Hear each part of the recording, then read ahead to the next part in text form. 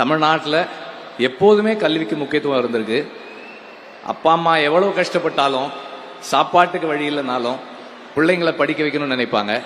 அது 50 வருஷமா தமிழ்நாட்டில் தொடர்ந்து கல்விக்காக நடந்த வேலை. அது இப்போ கல்வியை நம்ம கிட்ட இருந்து சிஸ்டமிக்கா எடுக்கிறதுக்கு ஒரு வேலை நடக்குதுன்னும் போது அதை சிஸ்டமிக்காவே எப்படி எதிர்க்கணும், அதை சிஸ்டமிக்கா எப்படி எதிர்கொள்ளணும்ன்றது தான் இந்த 4 வருஷத்துல நடந்திருக்கிறது.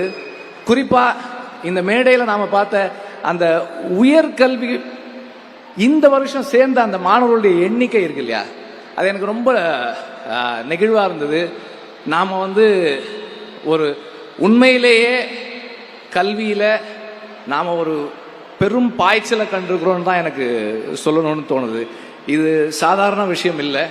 ஏன்னா நாம அங்க போயிடக்கூடாதுன்றதுக்கு அவ்வளவு வேலைகள் நடக்குது.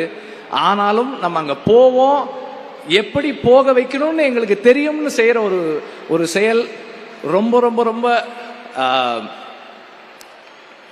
நன்றிக்குரியது. நாம ரொம்ப அந்த அந்த மாணவர்கள் போல நாம் எல்லாருமே ரொம்ப நன்றியோட இருக்கணும். அண்ட் எல்லாரும் சொன்னது போல காலை உணவு ரொம்ப முக்கியம். பள்ளியில் அது கிடைக்குதுன்னு போது அதுக்காகவே பள்ளிக்கு வர்றவங்க இருக்காங்க. பள்ளியோட நின்றுடாம பல பேர் பள்ளியோட நிறுத்திடுறாங்க. ஆனால் இப்போ இந்த year school to college transition அவ்வளவு இருந்திருக்குன்னு சொல்றாங்க. அது 2 மடங்கா அதிகமாக இருக்குன்றாங்க. அந்த அளவுக்கு திட்டங்களும் ஊக்கமும் அதை செயல்படுத்தக்கூடிய ஆற்றல் மிக்க ஒரு குழுவும் இருக்கிறது.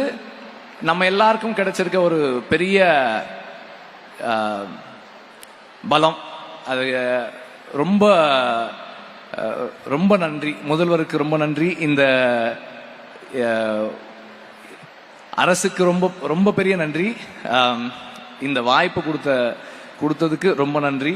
கொஞ்சம் பதட்டமா இருக்கேன். நன்றிங்க. நன்றி. அனைவருக்கும் நன்றி.